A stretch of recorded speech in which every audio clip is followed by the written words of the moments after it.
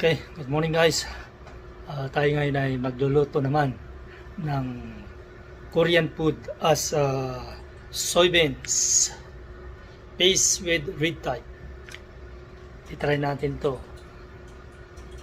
Ito ay dinengdeng at iti-twist natin ng Korean food. Let's do it!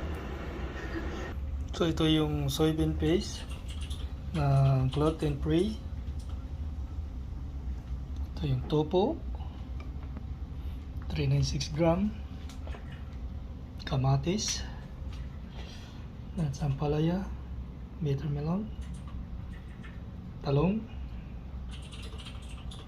kalabasa, lazy squash. Mixan natin ng dilis. So umpisa na natin. So ang gawin natin ngayon ay ilagay lahat para mabilis. Yung dilis, kamatis, talong, ito yung ampalaya. Takpan muna natin hanggang kumulo ng kumulo. So ayan, nakat na yung tofu. Napuksan ko na rin ito, itong soybean paste. Saka maglagay tayo rin ng Nor kasi Pilipino yan. Ito. Ayan, kumukulo na. Yun, usok pa. Okay, tanggalin na natin to. Lagay mo natin sa side. Ito na yung Nor.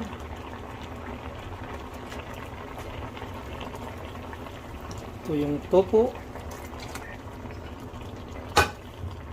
So, maglagay tayo dito ng paste.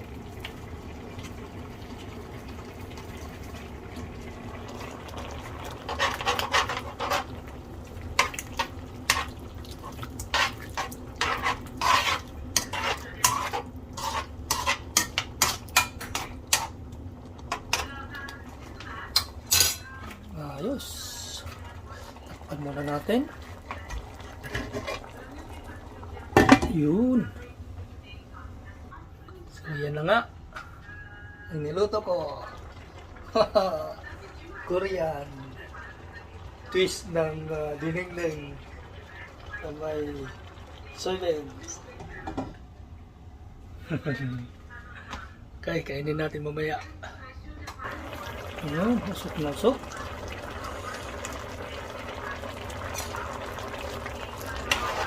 Yan, lambot na.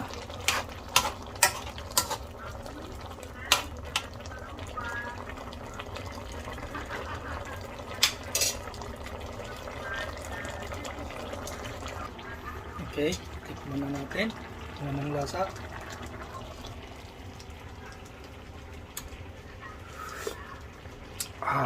Yummy. Okay na. Hi guys, so ito ngayon ang ulam ko. So yan ang niluto ko ngayon, yung soybeans with soybeans, Korean paste. Yan, meron tayong bangus, may kimchi, saka itong kanin na may itlog na may hampa. Yun. Yan, umpisa na natin. Tira na.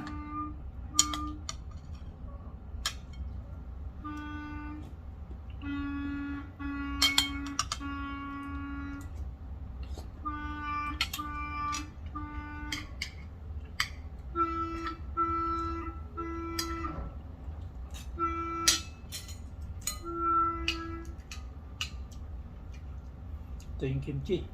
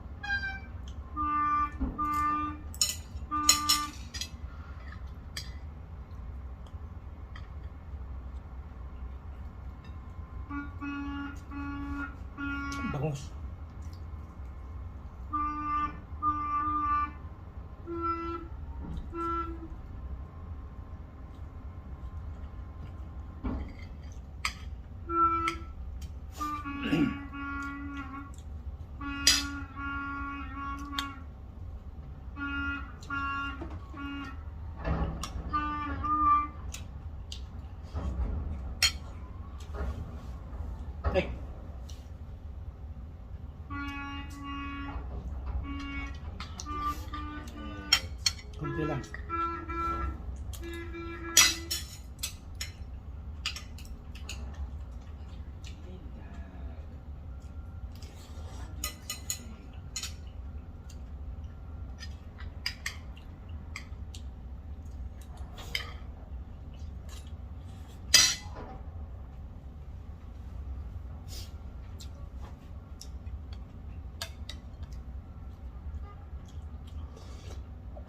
Sarap. Kain tayo.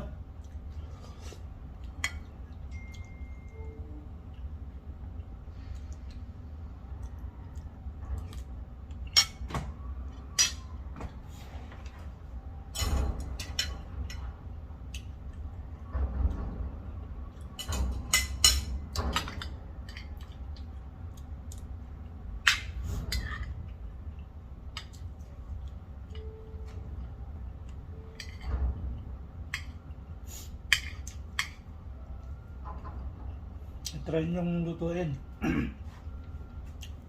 Hindi lang din ang kalabasan, kaya lang may soybean sauce or paste. Malasa. Sa parang Korean.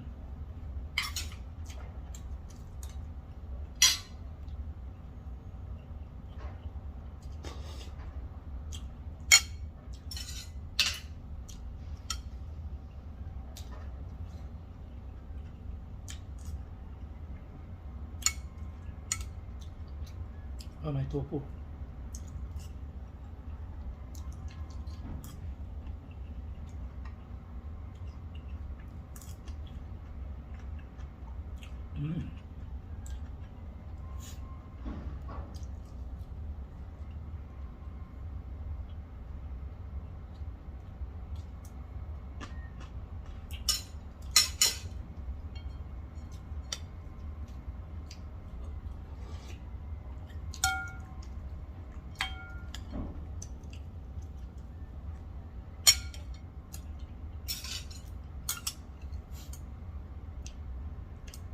Yung dilis nyo.